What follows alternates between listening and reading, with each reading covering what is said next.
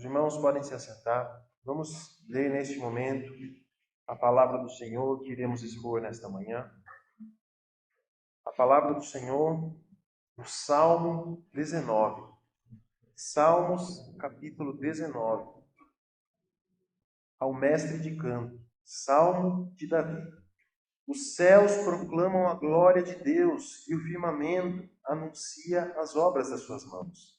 Um dia discursa outro dia, e uma noite revela conhecimento a outra noite. Não há linguagem, nem há palavras, e deles não se ouve nenhum som. No entanto, por toda a terra se faz ouvir a sua voz e as suas palavras até os confins do mundo. Aí pôs uma tenda para o sol, o qual, como noivo que sai dos seus aposentos, se regozija como herói, a percorrer o seu caminho. Principia numa extremidade dos céus e até a outra vai o seu percurso, e nada refoge ao seu calor. A lei do Senhor é perfeita e restaura a alma. O testemunho do Senhor é fiel e dá sabedoria aos simples. Os preceitos do Senhor são retos e alegram o coração. O mandamento do Senhor é puro e ilumina os olhos. O temor do Senhor é límpido e permanece para sempre. Os juízos do Senhor são verdadeiros e todos igualmente justos. São mais desejáveis do que o ouro, mais do que muito ouro depurado, e são mais doces do que o mel e o destilado dos favos. Além disso, por eles se admoesta o teu servo, em os guardar a grande recompensa. Quem há que possa discernir as próprias faltas? Absolve-me das que me são ocultas. Também da soberba guarda o teu servo, que ela não me domine. Então serei irrepreensível e ficarei livre de grande transgressão. As palavras dos meus lábios e o meditar do meu coração sejam agradáveis na tua presença, Senhor, rocha minha e redentor meu. Senhor, pedimos que o Senhor ilumine a exposição da tua palavra, que o Senhor fale por meio do teu Santo Espírito através deste tão imperfeito servo, desta tão imperfeita ferramenta que o Senhor colocou, Senhor, para anunciar a tua palavra nesta manhã. Que cada filho teu aqui seja edificado nesta manhã, em nome de teu Filho Jesus. Amém. Meus irmãos, quando nós vamos a um museu, observamos uma bela obra de arte, seja uma pintura, seja uma escultura, ou mesmo quando nós ouvimos alguma bela composição musical, nós podemos conhecer um pouco sobre o autor daquela obra artística apenas ao observar a obra que ele compôs, a obra que ele esculpiu ou que ele pintou. Nós vemos, por exemplo, a escultura de Davi composta por aquelas tão hábeis mãos. Nós podemos conhecer que era um homem extremamente habilidoso. Nós podemos entender que ele tinha noção de perspectiva, noção de tamanhos, noção da anatomia do corpo humano. Ou quando nós vemos um quadro bem pintado, nós podemos perceber que aquele autor, aquele pintor tinha noção de perspectiva, tinha conhecimento sobre aquilo que ele estava representando na sua obra de arte. Mas esse conhecimento que nós podemos ter a respeito do autor, quando nós vemos a obra que ele fez, ela não é perfeita. Nós podemos saber que ele é hábil, que ele era inteligente ou coisas parecidas, mas nós não podemos saber o caráter desse autor. Nós não podemos saber qual é a vontade dele, quais são os seus desejos. Nós não podemos saber sequer qual é o seu nome, a não ser que ele escreva ali no canto do seu quadro. E da mesma forma que nós não podemos conhecer totalmente um autor por meio da sua obra, por meio da sua obra de arte, também nós não podemos conhecer a Deus perfeitamente por meio da natureza, por meio daquilo que ele fez na criação. Mas nós podemos ter sim conhecimento de Deus. Nós podemos conhecer ele em certos aspectos pelo que ele fez na natureza, e mais ainda, nós podemos conhecê-lo de forma plena e suficiente pelo que ele nos revelou na sua palavra. Assim, se o autor não se dá a conhecer pessoalmente, nós não podemos conhecê-lo. E se Deus não se der a conhecer pessoalmente a nós, por meio de palavras claras e compreensíveis. Nós não poderíamos conhecer a Deus se Ele não nos tivesse dado a sua revelação. Por isso, como nós podemos conhecer a Deus? Como Deus se revela? Algumas pessoas vão dizer que nós não podemos conhecer a Deus de forma alguma. Outras pessoas vão dizer que nós podemos conhecer a Deus em qualquer coisa. Os liberais, por exemplo, eles nos dizem que se você ler uma folha de jornal, e se aquele jornal falar no seu coração, aquilo se tornou palavra de Deus para você.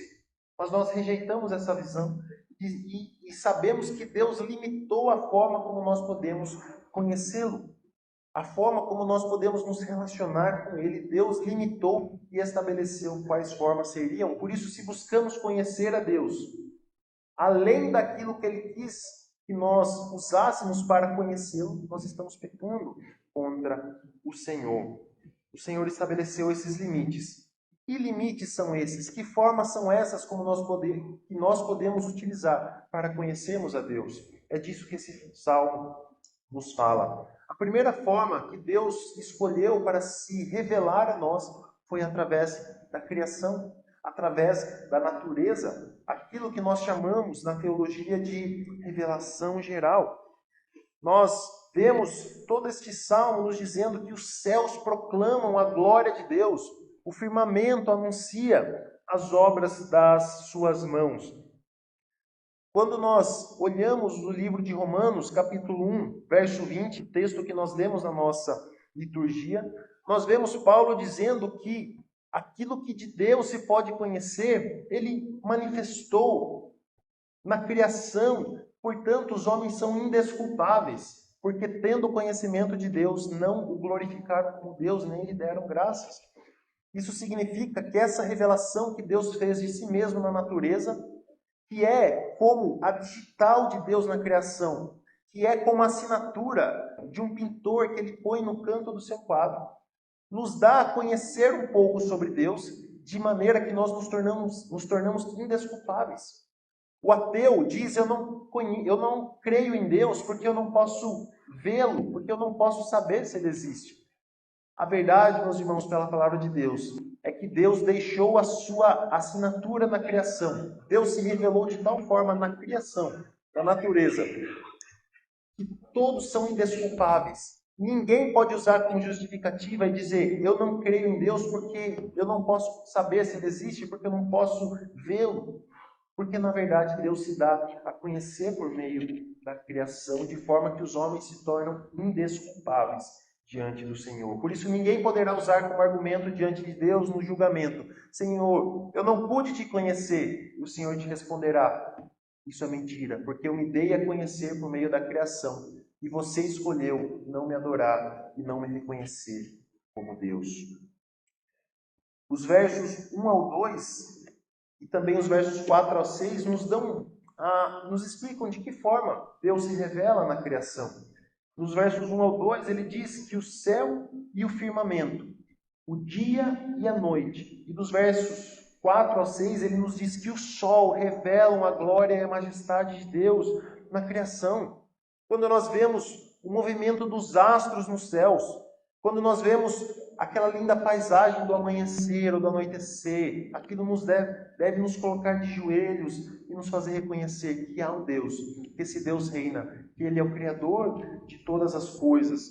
Quando nós observamos a amplidão do universo que o Senhor criou, o sol, a lua, as estrelas, o movimento dos astros celestes, a perfeição que Deus colocou nas nuvens nos céus, isso nos deve dirigir a Deus e a reconhecer que há um Deus que criou todas essas coisas. E essa, como diz os versos 3 e 4, é uma revelação não verbal, que não há linguagens, nem palavras, nem deles se ouve som nenhum. No entanto, por toda a terra se faz ouvir a sua voz e as suas palavras até os confins do mundo.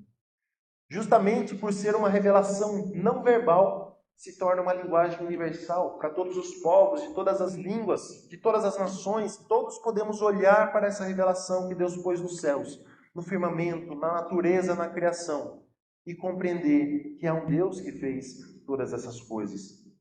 Porém, como nós dissemos no início, ela revela sim sobre Deus, mas nós não podemos conhecer a Deus plenamente por meio da criação.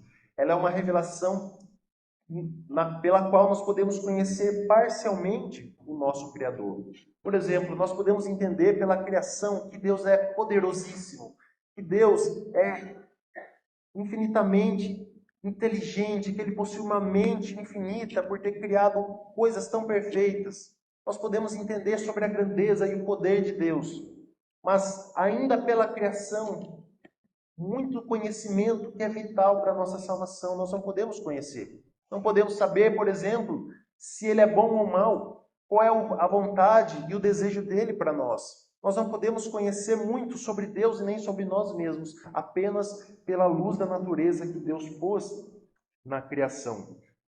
Por isso, essa revelação que nós chamamos de geral ou natural, ela é insuficiente e imperfeita para nos dar um conhecimento suficiente a respeito de Deus.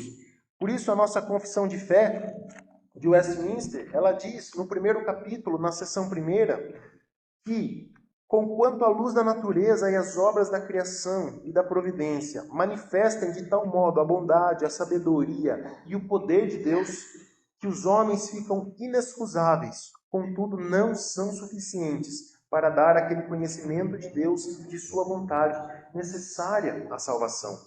Por isso foi o Senhor servido em diversos tempos, e em diferentes modos, revelar-se e declarar à sua igreja aquela sua vontade.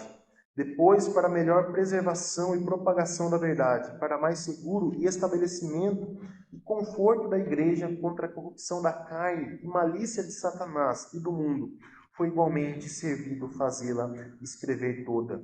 Isso torna indispensável a Escritura Sagrada, tendo cessado aqueles antigos modos de se revelar Deus a sua vontade ao seu povo. Por isso, meus irmãos, por esse conhecimento da criação, essa revelação que Deus fez de si mesmo na criação, nós podemos ter um conhecimento apenas parcial de Deus. Por isso precisamos de uma revelação a mais que vai além da revelação que Deus fez de si mesmo na natureza. Mas algumas lições nós já podemos extrair desse ponto. Primeiro, louve ao Senhor pela criação que Ele fez. Quando você olhar os céus, quando você contemplar o sol no seu trajeto, que como um noivo percorre o seu percurso no firmamento, quando você ver as estrelas, quando você ver as árvores, a perfeição que Deus criou, quando você vê tudo que Deus fez, nós devemos louvá-lo. Assim como nós elogiamos um autor pela sua obra de arte, nós devemos louvar ao Senhor por tudo que Ele fez, pela sua criação, que é maravilhosa. E também nós devemos reconhecer a Deus em tudo que Ele fez. Nas coisas mais simples, no funcionamento do nosso organismo, no nascimento de uma criança, ao olharmos o fruto que o Senhor faz brotar da terra, o alimento que Ele traz à nossa mesa, tudo nós devemos louvar ao Senhor, porque tudo isso é fruto da criação de Deus. E em todas essas coisas, Deus se dá a conhecer a cada um de nós, de forma que nós somos indesculpáveis diante dele. Mas, como nós dissemos, em segundo lugar, há uma outra forma pela qual Deus se revela, e essa revelação é a revelação escrita de Deus. Deus se revela na sua palavra. Como nós vimos, a revelação na natureza é insuficiente para nós conhecermos plenamente a Deus. Por isso, Deus, pela sua infinita vontade e misericórdia, nos deu algo maravilhoso que está na mão de cada um de nós, a sua palavra. Ao contrário da natureza, a revelação que Deus fez de si mesmo na Escritura é uma revelação perfeitamente suficiente para nos dar a conhecer tudo que Deus quis revelar a cada um de nós, ao seu povo, a todo mundo, a respeito de quem Deus é, a respeito de quem nós somos, qual é o propósito da nossa existência e aquilo que Ele requer de nós. Só a Bíblia, só a palavra de Deus pode nos dar esse conhecimento. Os filósofos, por mais sábios que pareçam ser aos olhos do mundo, os cientistas, com toda a sua busca pela natureza e tudo mais que eles podem encontrar, qualquer tipo de pensadores, não podem conhecer a Deus da forma como a palavra de Deus nos faz conhecê-lo. É uma revelação que Deus se deu a conhecer. Quando nós nos encontramos com alguma pessoa, Nós não podemos conhecer essa pessoa, não podemos conhecer o que ela tem a dizer, o que ela pensa, se ela não nos disser. Não podemos adivinhar e supor o que alguém pensa. E ninguém pode nos conhecer se nós não dissermos a outra pessoa aquilo que nós pensamos, aquilo que nós cremos, aquilo que nós defendemos. Nós que somos casados, você conheceu a sua esposa e a sua esposa te conheceu porque você conversou com ela e expressou aquilo que você esperava, disse aquilo que você gostava, aquilo que você não gostava, disse quais eram os seus desejos e sonhos e assim por diante. É exatamente dessa forma que Deus se revela. Ele se dá a conhecer a nós. Ele tira a venda, ele tira o véu que nos separa e se dá a conhecer a nós por meio da sua palavra. Por isso nós dizemos que a Bíblia é a nossa única regra de fé e prática, porque ela é suficiente, ela é plenamente suficiente. Não precisamos de nenhuma revelação que vá além da palavra de Deus. Novas revelações, profecias, não precisamos disso. A Bíblia nos revela tudo que nós precisamos saber a respeito de Deus. Ela é a nossa única fonte de autoridade. Não temos magistério como tem os católicos. Não temos a tradição como tem os católicos. Nós temos a palavra de Deus, porque ela basta. Ela é suficiente. O brado da reforma protestante foi sola escritura, que significa somente as escrituras. Somente a Bíblia nos basta. Não precisamos de nada além da palavra de Deus. E o salmista segue nos falando a respeito da excelência da palavra de Deus. No verso 7 em diante, ele vai nos dizer sobre algumas dessas excelências da palavra. No verso 7 ele diz que a lei do Senhor é perfeita e chama ela também de testemunho fiel. No verso 8, ele diz que os seus preceitos são retos e os seus mandamentos são puros. No verso 9, ele a chama de temor límpido e eterno, juízos verdadeiros e justos. No verso 10, ele diz que ela é mais desejável que o ouro, mais doce do que o mel. Meus irmãos, essa é a excelência da palavra de Deus. É uma palavra que excede em valor a tudo que nós podemos possuir e desejar nesse mundo. É a palavra que nos dá o conhecimento que nós precisamos a respeito de Deus de forma suficiente para a nossa salvação, para nós nos relacionarmos com Deus, para nós nos relacionarmos uns com os outros. É só pela palavra que nós podemos conhecer a Deus e viver de modo agradável a Ele. A Bíblia é tão perfeita, é tão maravilhosa, é tão excelente, porque ela foi inspirada por Deus. E é o fato da inspiração ter acontecido, que a palavra tem autoridade, que ela é perfeita, que ela é inerrante, que ela é infalível. Em 2 Timóteo, capítulo 3, verso 16, Paulo diz que a palavra de Deus, que toda a Escritura é inspirada por Deus, perfeitamente suficiente para nos tornar aptos para toda boa obra. É a palavra de Deus, irmãos, inspirada pelo Senhor. E no livro de 2 Pedro, no capítulo 1, nos versos 20 ao 22, ele diz que nenhuma escritura foi feita por vontade humana, mas que Deus levantou homens santos para, por meio do Espírito Deus operando neles, nos dar a palavra do Senhor, nos escrever a sua palavra, a sua profecia, a sua sagrada escritura. Deus inspirou a sua palavra para o nosso conforto, para a nossa edificação, preservando essa palavra ao longo dos milênios, para chegar a nós de forma pura, de forma que possa nos instruir em tudo que Ele quis que nós conhecêssemos. Portanto, ela é inerrante, perfeita e infalível.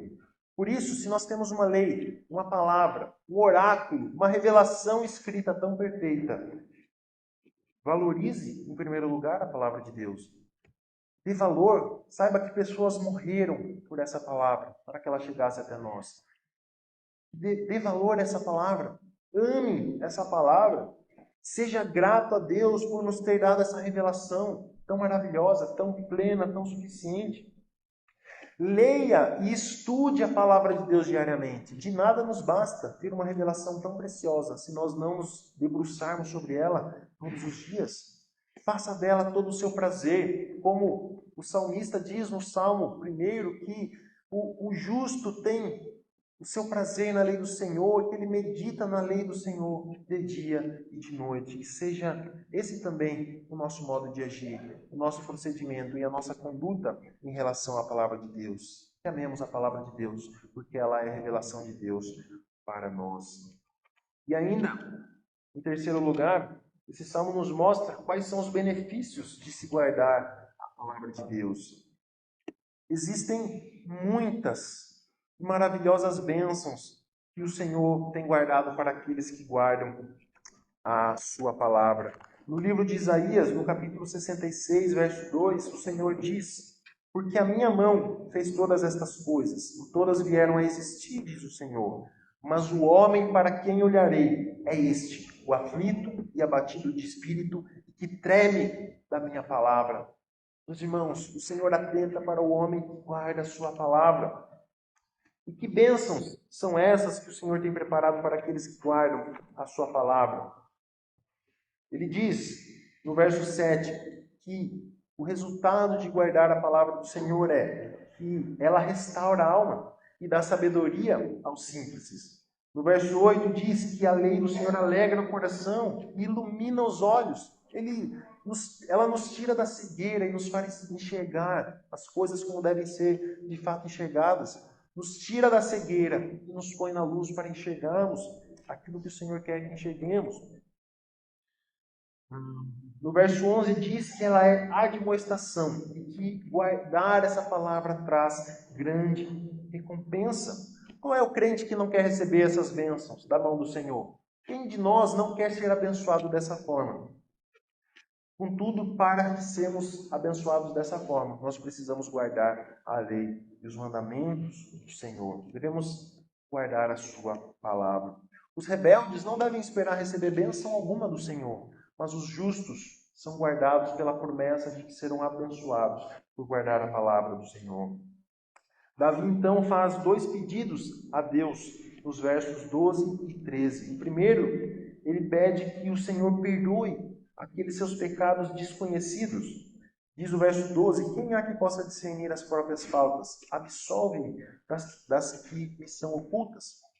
Nós não podemos conhecer perfeitamente o nosso pecado, até onde vai a nossa iniquidade. Há pecados que nós praticamos e não conhecemos, que não sabemos que pecamos. Por isso devemos orar para que o Senhor perdoe esses pecados também. Há muito tempo atrás, os católicos romanos promulgaram uma regra que todas as pessoas deveriam confessar todos os seus pecados ao sacerdote. Mas a insensatez dessa regra, estipulada pela Igreja Católica, é: quem pode conhecer todos os seus pecados?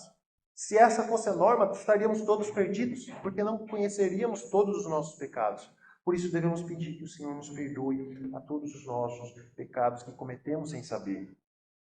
Mas, em segundo lugar, Davi pede que Deus o livre da soberba. Também da soberba guarda o teu servo, que ela não me domine. Ele diz no verso 13. Davi havia acabado de pedir que Deus o perdoasse dos pecados que ele não conhecia. Agora ele pede que Deus o perdoe de um pecado que ele conhece bem, a soberba. Assim também nós devemos pedir que o Senhor nos perdoe dos pecados que nós não conhecemos, mas também dos pecados que nós cometemos e sabemos que cometemos. São tantos, meus irmãos. Nós devemos nos comparar com a palavra de Deus e pedir que o Senhor nos perdoe de cada um desses pecados. E por fim ele conclui o salmo, expressando o seu desejo de ser agradável a Deus. Ele disse que as palavras dos meus lábios e o meditar do meu coração sejam agradáveis na tua presença, Senhor, rocha minha e redentor meu. O resultado de nós conhecermos e observarmos a palavra de Deus é que andaremos de forma agradável, seremos agradáveis a Ele, na presença do nosso Senhor, da nossa rocha e do nosso Redentor. Por isso, irmãos, caminhando para o final da nossa meditação, que lições nós podemos extrair deste ponto? Primeiro, se esforce para conhecer a palavra de Deus. Jesus diz em Mateus 22, 29, errais por não conhecer as Escrituras e nem o poder de Deus. Se Deus nos deu essa revelação, precisamos conhecê-la. Se esforce para isso. Se esforce, se afadigue na palavra de Deus para conhecer ao Senhor, porque se você não fizer isso, você não pode conhecer plenamente a Deus e, portanto, não poderá também ser salvo. Segundo, não basta conhecer a palavra de Deus, você precisa praticá-la. No livro de Romanos, capítulo 2, no verso de número 13, Paulo diz o seguinte: porque os simples ouvidores da lei não são justos diante de Deus, mas os que praticam a lei hão de ser justificados. Por isso, pratique a palavra de Deus na medida que você a conhece. Ande de acordo com o conhecimento, com a luz que Deus te concedeu. Terceiro, saiba que a Bíblia é como um espelho que revela o seu pecado. Examine a si mesmo à luz da palavra de Deus, para que você possa clamar a misericórdia do Senhor pelas suas faltas, tanto conhecidas como desconhecidas. Isso precisa ser um exercício constante na vida do crente. Quarto, tenha sempre em mente que os crentes obedientes estão debaixo da bênção e do cuidado de Deus. Enquanto isso, os desobedientes estão debaixo e sujeitos à indignação do Senhor. Por isso, obedeça, amado irmão, a palavra do Senhor, a palavra de Deus. Por fim, nós já vimos que Deus nos deu a sua revelação natural ou geral por meio da criação. Deus nos deu a sua revelação escrita por meio da palavra do Senhor. Mas ainda uma terceira revelação que o Senhor nos fez, que eu gostaria de tratar aqui de modo breve, que é por meio do seu Filho Jesus Cristo. Nós temos a revelação geral, a revelação escrita, mas também nós temos a revelação pessoal, que o Senhor nos fez por meio do seu Filho, quando Cristo se encarnou no ventre da Virgem Maria e nasceu como um de nós, como um homem perfeito neste mundo. Deus, por meio do seu Filho Jesus Cristo, se deu a conhecer a nós de forma perfeita, de forma plena, de maneira que quem via o Filho, via o Pai. Quem via Jesus Cristo, via o próprio Deus. Quem conhecia Cristo, conhecia o próprio Deus. Ele é a revelação suprema de Deus. Uma revelação maravilhosa. O autor de Hebreus diz no capítulo 1, nos versos 1 ao 2, que havendo Deus outrora falado por muitas vezes e de muitas maneiras aos pais, pelos profetas, nestes últimos dias nos falou pelo Filho, a quem fez herdeiro de todas as coisas, pelo qual também fez o universo. É por Jesus Cristo que nós podemos conhecer perfeitamente a Deus, de uma forma mais plena do que a própria Escritura, por meio do Senhor Jesus Cristo. No livro de João, no capítulo 1, no verso 18, está também escrito, João capítulo 1, verso 18, ninguém jamais viu a Deus, o Deus unigênito que está no seio do Pai, é quem o revelou. E em Colossenses capítulo 1, verso 15, está escrito também de forma maravilhosa.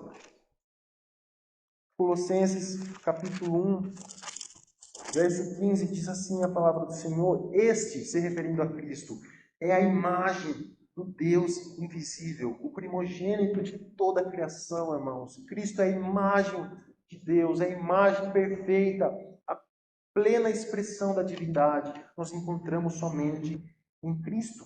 Tanto no Antigo Testamento, como no Novo Testamento. E hoje nós só podemos conhecer a Deus por meio de Cristo Jesus. Em João 14,6 ele diz: eu sou o caminho, a verdade e a vida. Ninguém vem ao Pai, senão por mim.